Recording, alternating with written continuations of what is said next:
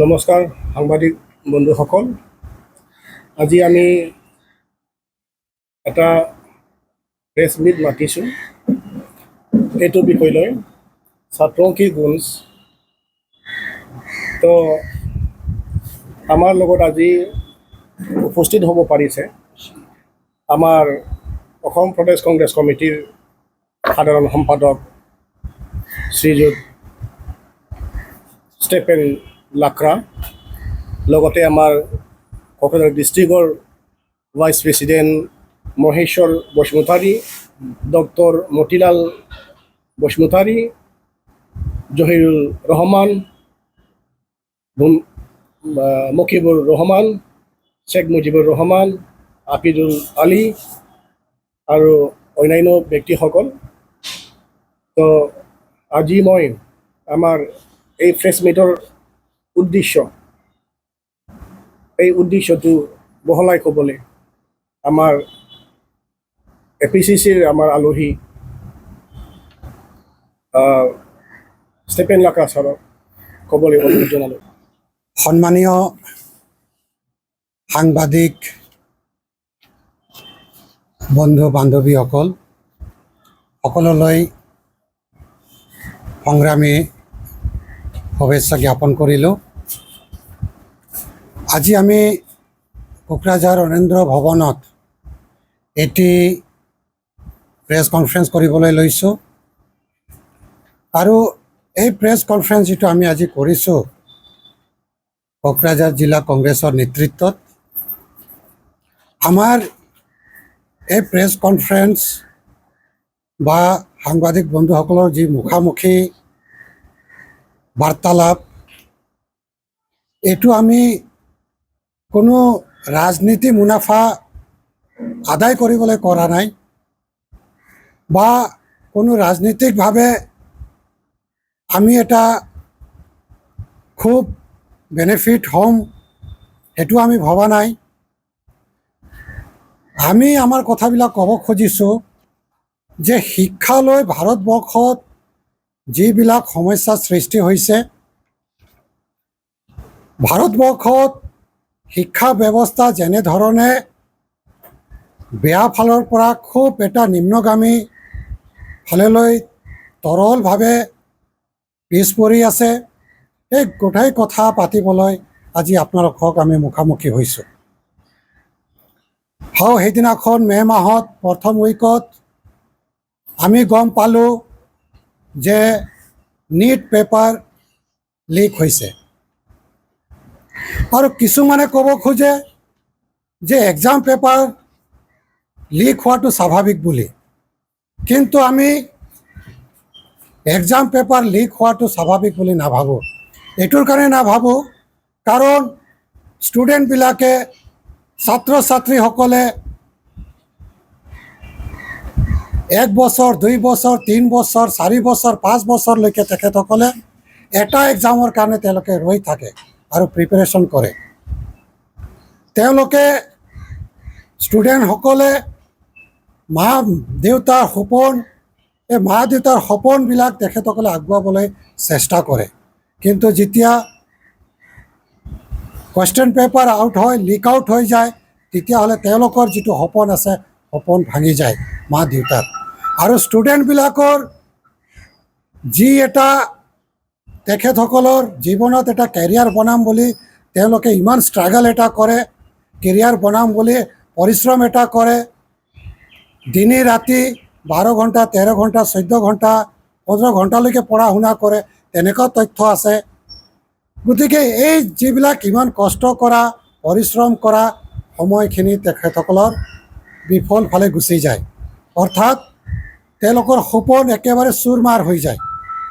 আৰু সেইটোৰ কাৰণে ষ্টুডেণ্টসকলৰ, ছাত্ৰ ছাত্ৰীসকলৰ তেখেতসকলে মানসিকভাৱে ভাগি পৰে, ষ্ট্ৰেছ আহি যায় আৰু কিছুমানে এটা এনেকুৱা পৰ্যায়লৈ যায় মানসিকভাৱে যে তেখেতসকলে ছুইচাইড নিচিনা আত্মহত্যা কৰিবলৈ কিছুমানে বাধ্য হয়। আৰু ইতিমধ্যে আমি চাইছোঁ যে এই নীট যিটো পেপাৰ লিক হ'ল, ইয়াত আমি গম পালোঁ যে 12-15জন সংখ্যা সঠিক সংখ্যা আমাৰ হাতত নাই, কিন্তু আনুমানিক 12-15জন ষ্টুডেণ্ট ইতিমধ্যে তেখেতসকলে জীৱনৰ যিটো সপোন তেখেতসকলে দেখে, কেৰিয়াৰ বিল্ড কৰে, সেইটো সময়ত তেখেতসকলে এটা এনেকুৱা অৱস্থালৈ গুচি যায় যে তেখেতসকলে এটা এক্সট্ৰিম পইণ্ট লৈ তেখেতসকলে যাবলগীয়া হয়। এইখিনিতে এটা বিশেষ বাৰ্তা যিটো অসমৰ পৰা বা প্ৰত্যেকটা ষ্টেট ভাৰতবৰ্ষত এটা বাৰ্তা ওলাইছে বা দেবলৈ চেষ্টা কৰিছে সচেতন ব্যক্তিসকলে, বা ৰাজনীতিকভাৱেও এইটো ইছ্যু হৈ পৰিছে যে এই যে নিট এক্সামৰ যিজন কালপ্ৰিট, যিজন মহানায়ক, যাৰ মিনিষ্ট্ৰীত এইটো হ'বলৈ সম্ভৱ হৈছে, তেওঁ হৈছে ভাৰতবৰ্ষৰ এডুকেশ্যন ডিপাৰ্টমেণ্টৰ মিনিষ্টাৰ ধৰ্মেন্দ্ৰ প্ৰধান। আৰু এই ধৰ্মেন্দ্ৰ প্ৰধানে এতিয়ালৈকে তেওঁ ইয়াৰ যি মৰাল ডিউটি, তেখেতৰ যি তেওঁ দায়িত্ব, এই দায়িত্বটো তেওঁ ল'ব লাগিছিল, এই দায়িত্বটো তেওঁ লোৱা নাই। তেওঁৰ যিখিনি মিনিষ্ট্ৰীৰ অধীনত এইবিলাক হৈছে, এই দায়িত্ব তেওঁ গ্ৰহণ কৰা নাই।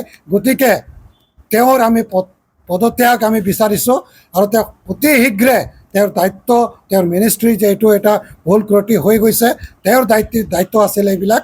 আৰু ইমান কেইজন ষ্টুডেণ্ট ইয়াৰ বাবে ভুক্তভোগী, গতিকে গোটেই দায়িত্ব তেওঁ স্বীকাৰ কৰি আমি তেওঁৰ পদত্যাগ আহ্বান জনাইছোঁ। এনেকুৱা পৰ্যায়লৈ যাতে ষ্টুডেণ্টসকলে নাযায়, আত্মহত্যাক যাতে বাছি নলয়, এই যে ষ্ট্ৰেছৰ যিখিনি বাতাবৰণ যিটো বনোৱা হয় ভাৰতৰ যিটো শিক্ষা ব্যৱস্থাত, যাতে সেইটো পৰ্যায়ত যাতে গুচি নাযায়, তাৰ বাবে জুন মাহৰ 7 তাৰিখত ৰাহুল গান্ধী ডাঙৰীয়াই কটাত গৈ, কাৰণ সকলোৱে আমি জানো যে ৰাজস্থানৰ কটাত ভাৰতৰ শিক্ষা ব্যৱস্থাৰ এটা এনেকুৱা জাগা য'ত নেকি ষ্টুডেণ্টসকলে প্ৰিপেৰেশ্যন কৰিবলৈ কটাত যায়।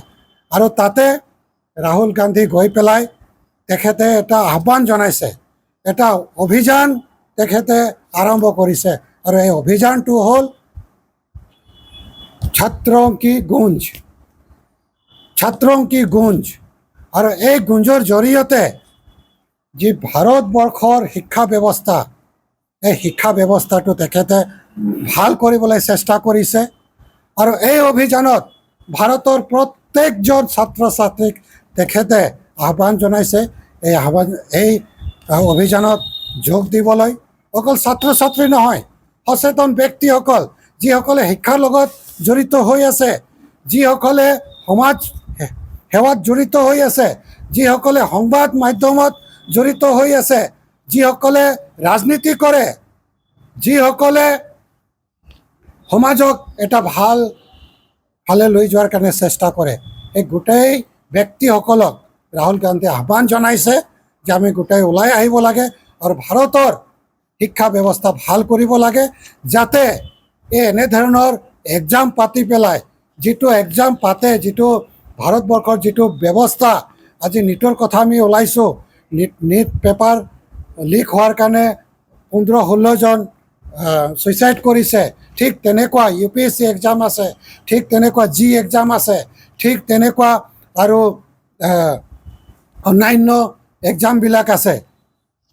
এক্সাম পাছ কৰে অকল কিছুমানে, নিটত অকল 22 লাখ, 23 লাখ, 24 লাখ, 25 লাখ ষ্টুডেণ্টে এক্সাম দিয়ে, কিন্তু কিমানজনে পায়? 2 লাখ, 3 লাখে তেখেতসকলে ডক্টৰ হিচাপে এটা স্থান পায় যিকোনো কলেজত, মেডিকেল কলেজত। ঠিক তেনেকুৱা UPSC 20 লাখ মানুহে দিয়ে বা তাতকৈ বেছিও দিয়ে, কিন্তু কিমানজনে পায়? UPSC ক্ৰেক কৰে অকল 1000 জন বা 1000+। গতিকে বাকীবিলাক কি কৰিব তেখেতসকলে? আৰু সেই ষ্ট্ৰেছ ইমান এটা বেছি লয়, তেওঁলোকে এটা গভীৰ চিন্তাত পৰি যায়, আৰু তেখেতসকলে মানসিকভাৱে ভাগি পৰে। গতিকে গোটেই ব্যৱস্থাত যাতে ভাল হ'ব পাৰে, সেইটোৰ কাৰণে ৰাহুল গান্ধীৰ আহ্বান, ছাত্ৰং কি গুঞ্জ। আৰু এটা কথা যে এই যে এক্সাম যে ভাৰতবৰ্ষত পতা হয়, কম্পিটিটিভ এক্সাম, নিট হওক UPSC হওক বা জি হওক বা অন্যান্য যিবিলাক সৰ্বভাৰতীয় পৰ্যায়ত এক্সামবোৰত এইটো কিন্তু এটা ঘোটালা, যিটো ঘোটালাত যি ষ্টুডেণ্টসকলে লাখ লাখ ষ্টুডেণ্ট এক্সাম তেখেতসকলে দিয়ে, তেখেতসকলে যিখিনি প্ৰিপেৰেশ্যন কৰে, যিখিনি পইচা খৰচ কৰে, এটা ষ্টুডেণ্ট এটা এক্সাম প্ৰিপেয়াৰ কৰিবলৈ তেখেতসকলে বছৰত 5 লাখ টকা 10 লাখ টকা তেখেতসকলে খৰচ কৰে। এটা ষ্টুডেণ্টে 3 বছৰত তেওঁলোকে 15 লাখ 20 লাখ টকা খৰচ কৰে। গতিকে এই যে এইবিলাক টকা, যিবিলাক টকা তেওঁলোকে খৰচ কৰে, এই গোটেই টকাবিলাক যদি আমি চাওঁ, এটা ডিপাৰ্টমেণ্ট তেওঁলোকে ভাৰতবৰ্ষৰ এটা ডিপাৰ্টমেণ্ট, যিকোনো এটা ডিপাৰ্টমেণ্ট, এডুকেশ্যন ডিপাৰ্টমেণ্টে হওক, ৱাটাৰ ৰিচাৰ্চ ডিপাৰ্টমেণ্টে হওক বা PW ডিপাৰ্টমেণ্টে হওক বা এনভাইৰনমেণ্ট ডিপাৰ্টমেণ্টে হওক বা এগ্ৰিকালচাৰ ডিপাৰ্টমেণ্টে হওক, তেনেকৈ ডাঙৰ ডাঙৰ ডিপাৰ্টমেণ্ট এইবিলাক টকা দি তেওঁলোকে 1 বছৰ বাজেট বনাব পাৰে। ঘোটালা হৈ আছে ভাৰতবৰ্ষত এক্সামৰ নামত আৰু এই শিক্ষা ব্যৱস্থাৰ নামত। গতিকে এইটো অকল এজন ব্যক্তিৰ দ্বাৰা এইটো সম্ভৱ নহয়, এটা ৰাজনীতিৰ দলৰ দ্বাৰা সম্ভৱ নহয়, এটা সমাজ সংগঠনৰ দ্বাৰা সম্ভৱ নহয়। এই গোটেই ব্যৱস্থাটো ভাল কৰিব হ'লে ভাৰতবৰ্ষৰ প্ৰত্যেকজন সচেতন ব্যক্তি ওলাই আহিব লাগিব। আৰু এই যে যিটো ৰাহুল গান্ধীৰ যিটো সপোন, তেওঁৰ যিটো আহ্বান, যিটো অভিযান, ইয়াত ভাৰতবৰ্ষৰ সকলো ব্যক্তিক, অসমৰ সকলো ব্যক্তিক আৰু আমাৰ অসমৰ তথা কোকৰাঝাৰৰ প্ৰত্যেকজন ব্যক্তিক চামিল হ'বলৈ আহ্বান জনাবলৈ আজি আমি এই ৰহেন্দ্ৰ ভৱনত এই প্ৰেছ কনফাৰেন্সটো আমি আহ্বান জনাইছোঁ।